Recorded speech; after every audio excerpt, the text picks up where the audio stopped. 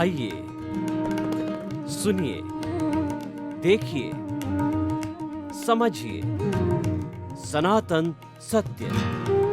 जैसी दृष्टि वैसी सृष्टि, दृष्टि विज्ञान। कुदरत, कुदरती रचना एवं कुदरत के कानून से शाश्वत सुख की प्राप्ति। जोधपुर के परम पूज्य महात्मा उपासक प्रोफेसर डॉक्टर सोहन राज तातेड़ के निर्देशन में सनातन सत्य। जैसी दृष्टि वैसी सृष्टि, दृष्टि विज्ञान।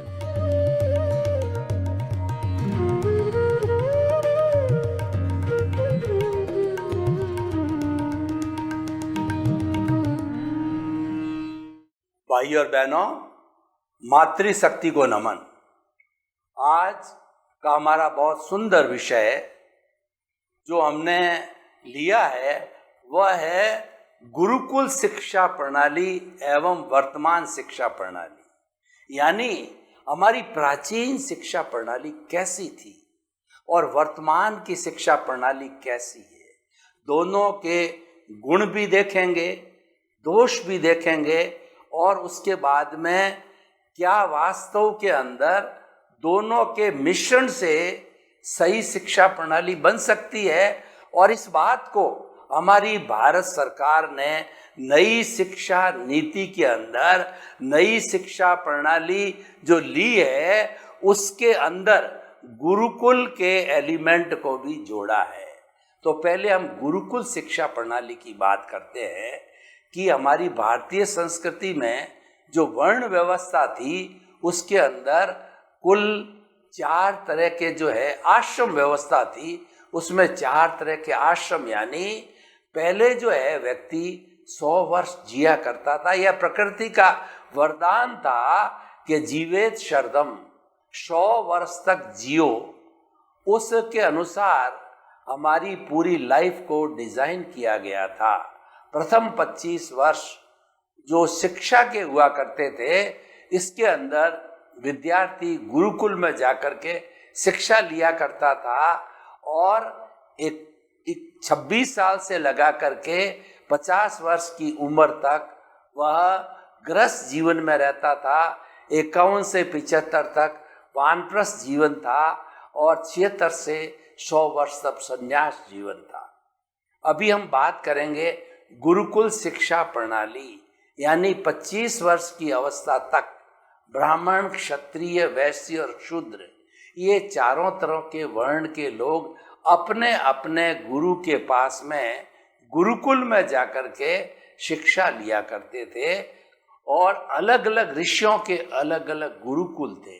अब थोड़ा हम गुरुकुल की जो वहाँ की व्यवस्था है उसके बारे में बताना चाहते हैं कि गुरुकुल हमेशा प्राकृतिक स्थानों पर बने हुए होते थे, पहाड़ों की गोद में होते थे, जहाँ कलकल करती नदियाँ बहती थी, चारों तरफ हरियाली हरियाली थी और फल देने वाले जो पेड़ हुआ करते थे, चिड़ियाँ चहचहाती थी, मोर नाचते थे और चाहे वाइल्ड एनिमल हो चाहे दूसरे एनिमल हो, सब अपनी शत्रुता भुला करके वो जो है सभी अपने अपने स्थान के ऊपर निवास करते थे। उस प्रकृति के विहंगम दृश्य को निहारा जाए तो हमें प्रभु के दर्शन हो जाते हैं। ऐसी हमारी वो प्राकृतिक छटा थी। उसमें जो लकड़ी इत्यादि के जो बना घास फूस के जो है घर बना करके और गुरुकुल बनाए जाते थे और वहाँ पर शम और शम की नीति लागू की जाती थी। सम का मतलब समता भाव, क्रोध, अहंकार, माया, लोभ जो है उसमें समन रहे, उसके अंदर समता भाव रहे। विद्यार्थी क्रोध का शमन करे, अहंकार का शमन करे, माया का शमन करे और लोभ का शमन करे। ये समभाव की नीति थी। दूसरी थी शम। शम का मतलब अगर आपको क्रोध आ भी जाए तो उसका उपशमन करो, उसको बाहर व्यक्त मत होने दो, अहंकार को बाहर व्यक्त मत होने दो, छल कपट आप करो ही मत।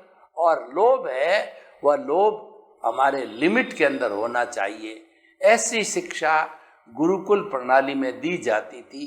गुरुकुल प्रणाली की शिक्षा मूल्यों की शिक्षा हुआ करती थी और वो शिक्षा एक अच्छा इंसान बनाने की शिक्षा हुआ करती थी कि एक अच्छा इंसान बनकर के जब गृहस्थ जीवन के अंदर जावे तो अपना जीविकोपार्जन भी कर सके, बाल बच्चों को अच्छे संस्कार भी दे सके, माँ बाप की सेवा भी कर सके।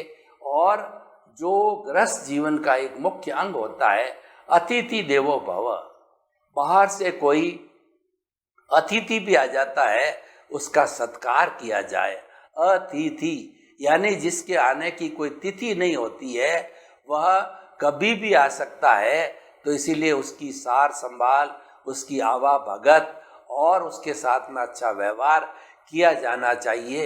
ये हमारी संस्कृति थी और गुरुकुल एजुकेशन के अंदर इसको पूरा अच्छी तरह से बताया जाता था कि अतिथि का जो है आप सत्कार करो।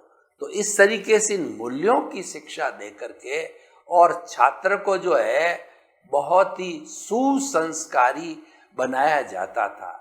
शिक्षा के सब सूत्र दिए जाते थे, वेद, पुराण, उपनिषद और त्रिपिटक, ब्राह्मण और आगम, ये सारे पढ़ाए जाते थे।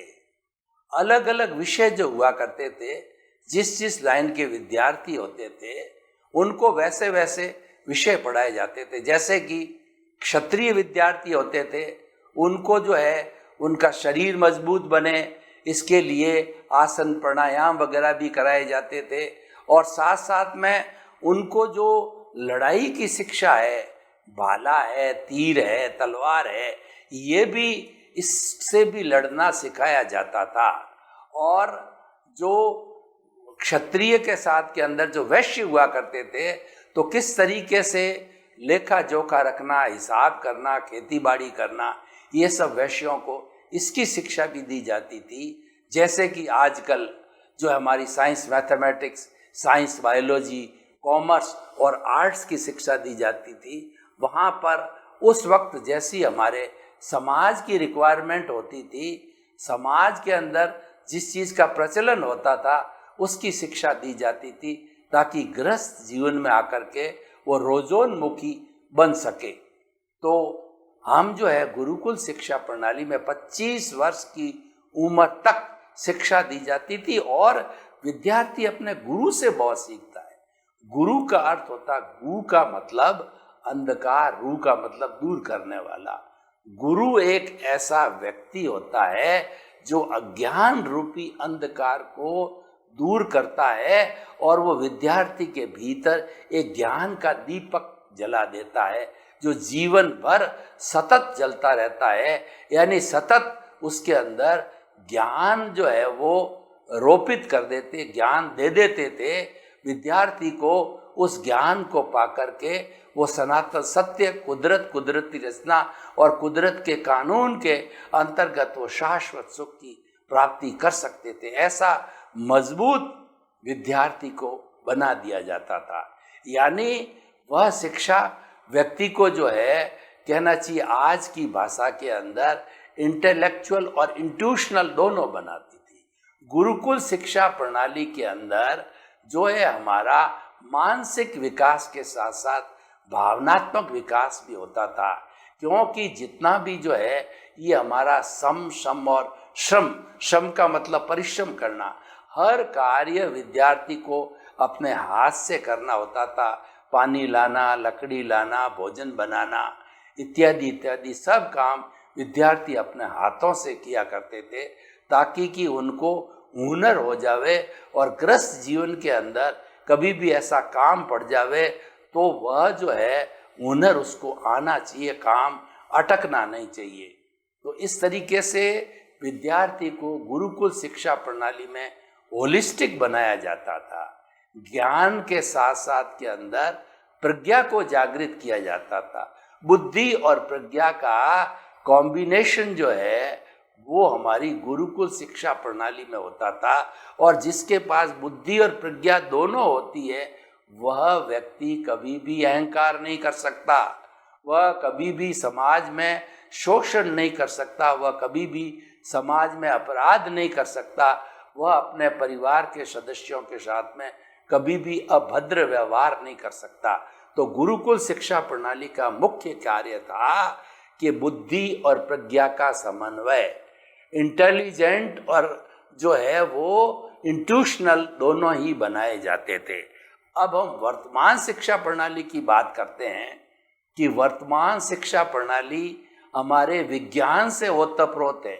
आज विज्ञान ने इतनी तरक्की कर ली है कि पूरा विश्व जो है एक गांव की भांति, एक कुटुंब की भांति, एक परिवार की भांति बन गया है।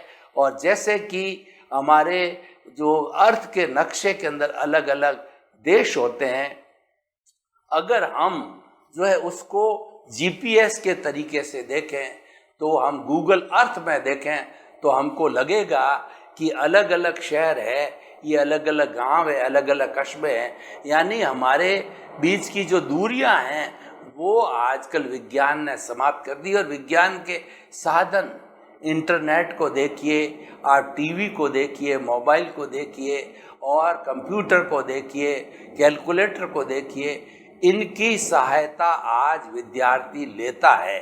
यानी आजकल साधनों की प्रचुरता हो गई है। जो वर्तमान की शिक्षा प्रणाली वैज्ञानिक शिक्षा प्रणाली है, लेकिन आज की शिक्षा प्रणाली के अंदर एक दोष आ गया है।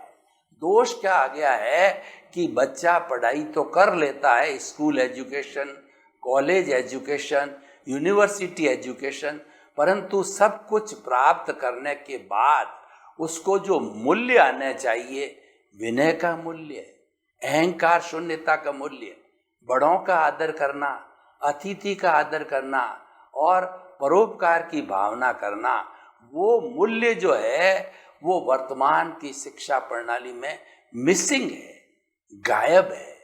इस कारण आज विद्वान तो बहुत बन रहे हैं, आज बड़ी बड़ी डिग्री धारी बच्चे कॉलेजों यूनिवर्सिटियों से बाहर आ रहे हैं, लेकिन वह शिक्षा आज की रोजोन्मुखी भी नहीं है। पढ़े लिखे लोग माँ बाप पे एक बर्डन बन रहे हैं, क्योंकि वह अपना घर का पुश्तैनी कार्य करने में भी हिचकिचाते हैं।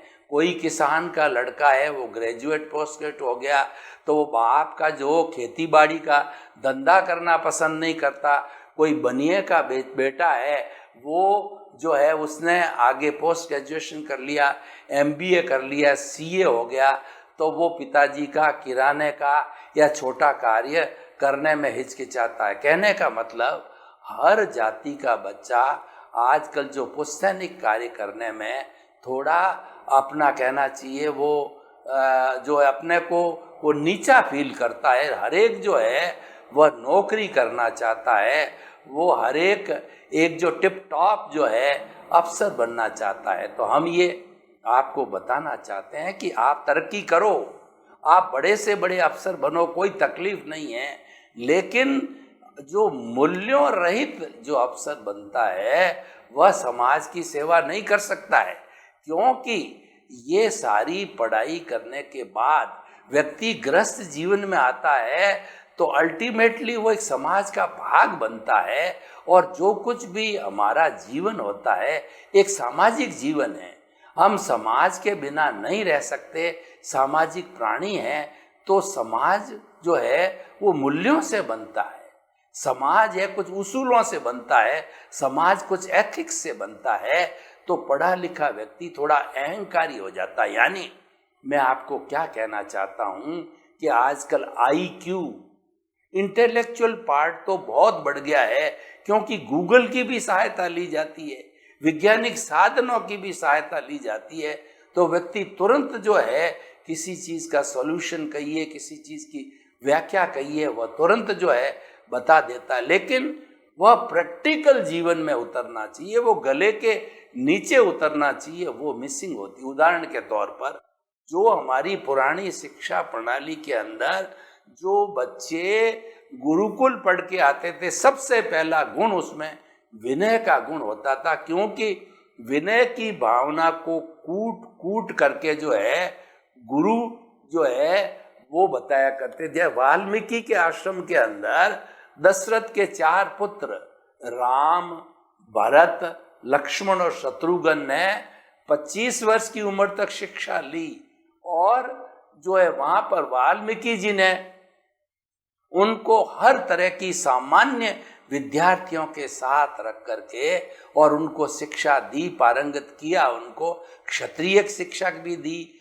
और जो है वो ज्ञान की शिक्षा भी, वेदों वगैरह, शस्त्र और शास्त्र दोनों शिक्षाएं इन चारों भाइयों को दी। और सबसे बड़ी चीज है, उनको विनयशील बनाया। वो गुरु के प्रति बहुत समर्पित थे। उनकी विनयशीलता के आज भी गुण गाए जाते हैं। राम राज्य बोला जाता है कि जहाँ राम राज्य होता है वहाँ जनता सुखी होती है। वो स्थापित किसने किया? वो भगवान राम ने किया।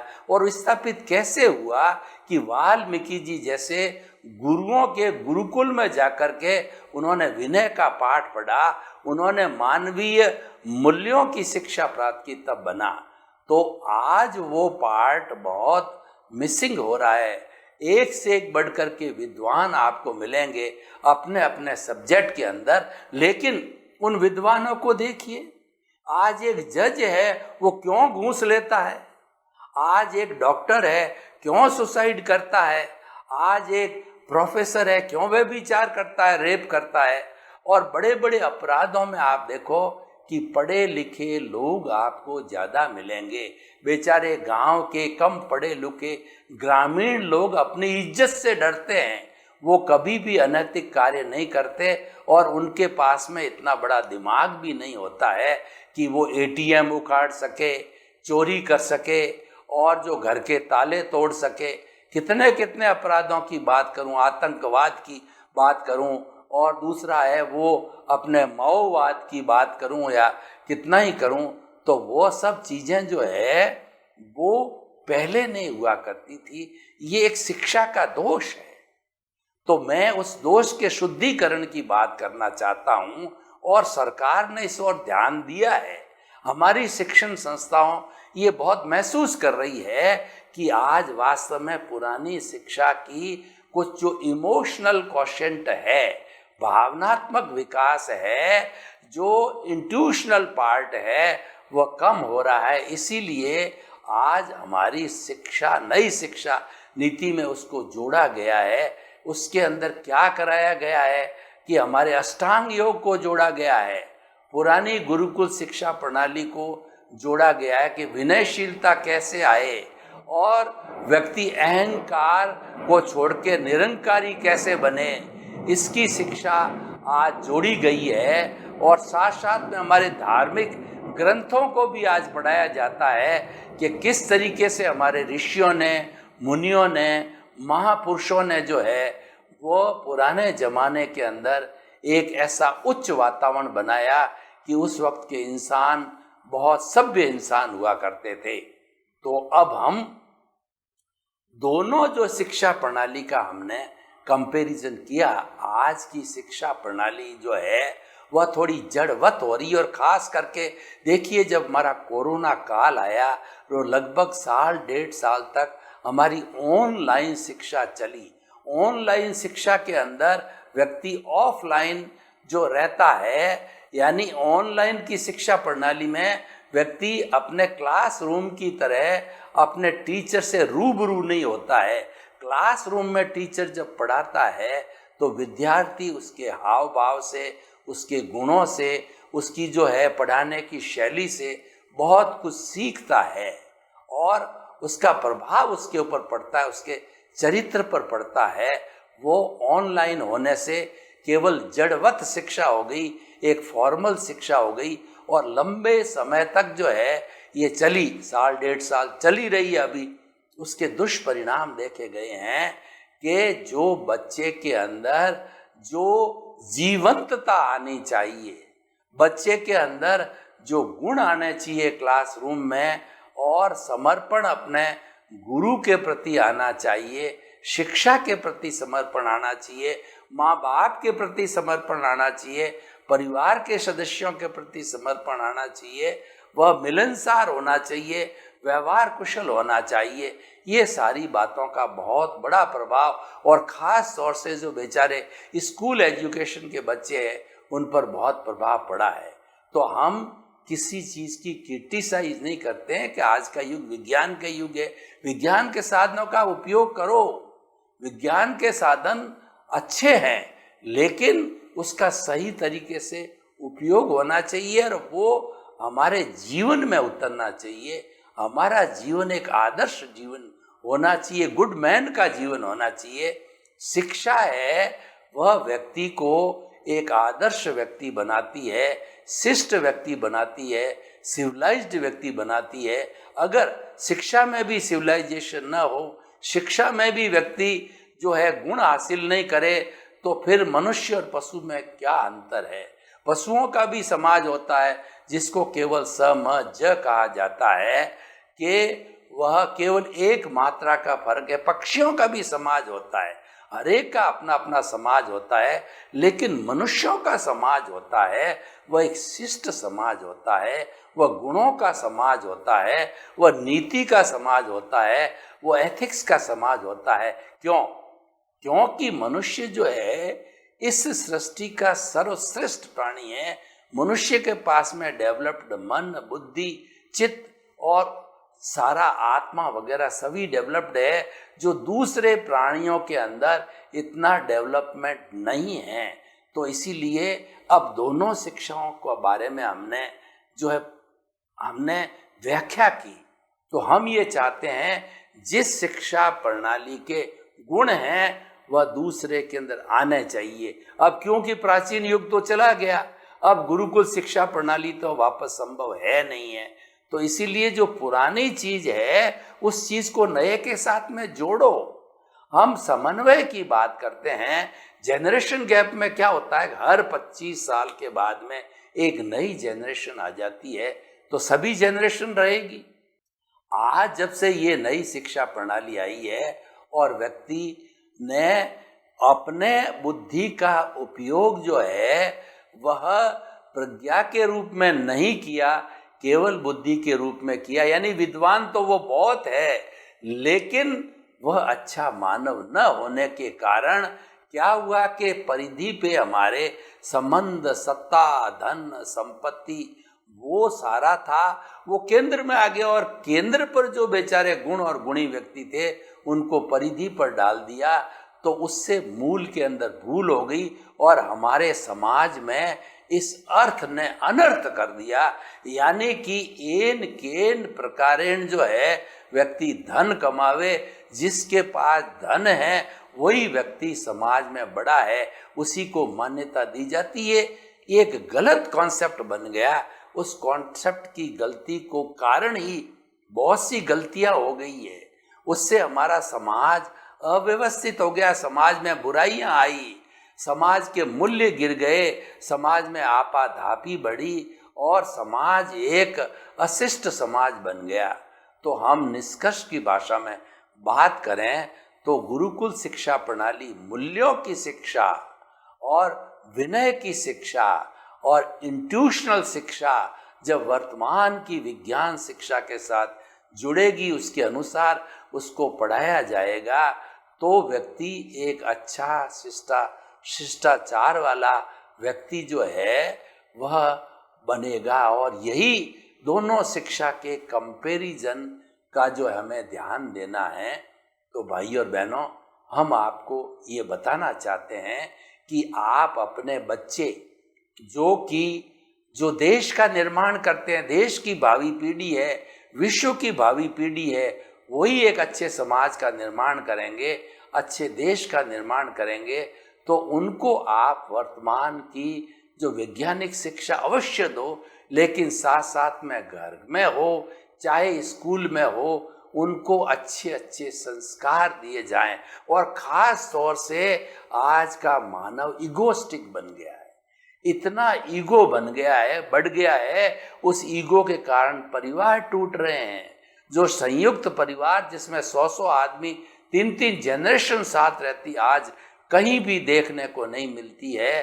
तो आज के हमारे बच्चे को ये प्रारंभिक शिक्षा जो है, निरंकारी शिक्षा, विनय की शिक्षा और सच्चाई की शिक्षा, honesty is the best policy, simple living and high thinking, अतिथि देवो भव, वसुधैव कुटुंबकम, ऐसी हमारी जो अच्छी शिक्षा नीति है, जीवन निर्माण के मूल्य है, वो फिर से ऐसे संस्कार बच्चों में दिए जाने चाहिए। तो आज की जो हमारी शिक्षा है अच्छी शिक्षा है। केवल ये जो कमी आ गई है, जो पार्ट मिसिंग हो गया है, उस पार्ट को जोड़ दीजिए तो वर्तमान की शिक्षा प्रणाली होलिस्टिक उत्तम शिक्षा प्रणाली हो जाएगी। क्योंकि विज्ञान के माध्यम से हम बहुत बड़ा परिवर्तन ला सकते हैं। परिवर्तन क्या है? समाज को सुविधा देना। लेकिन समाज को सुविधा देना तो अच्छी बात है, लेकिन समाज अगर निरंकुश बनेगा, अपराधी बनेगा, तो फिर वह सुख सुविधा किस काम की रहेगी। तो हमारा निष्कर्ष ये है कि वर्तमान शिक्षा प्रणाली में पुरानी गुरुकुल शिक्षा प्रणाली के अच्छे अच्छे तत्वों को जोड़िए, उसके अंदर मूल्यों को जोड़िए, तो हमारी वर्तमान की शिक्षा प्रणाली बहुत अच्छी बन जाएगी। सर्वे भवन्तु सुखिनः, सर्वे सन्तु निरामया। लोक के सब जीवों को सुख मिले, शांति मिले, आनंद मिले, प्रेम मिले, और हम सभी जो है भाई भाई बन करके भातृत्व भाव से जो है एक अच्छे समाज का निर्माण करें। आपके प्रति मंगल भाव।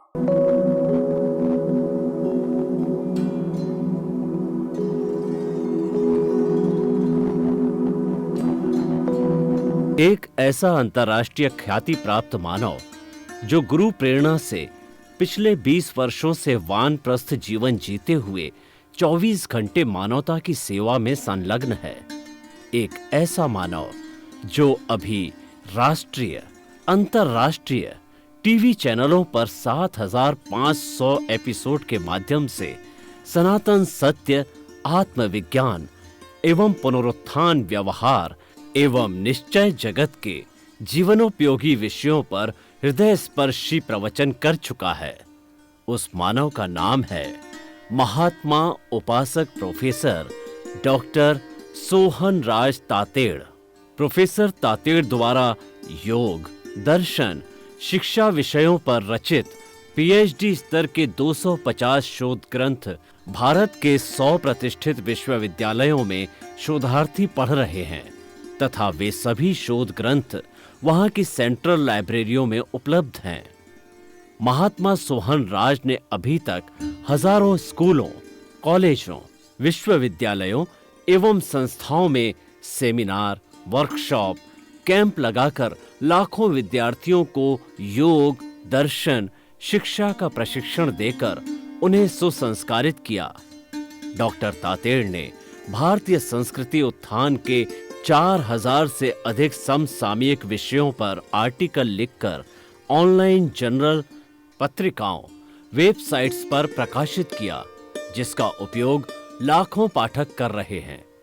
उपासक तातेड़ के 5000 से अधिक आज का सुविचार, आज का शुभ संदेश, आज का मंगल भावना योग आदि चिंतन websites, Twitter, blogger, Facebook, YouTube माध्यमों से लाखों लोग अपना जीवन निर्माण कर रहे हैं।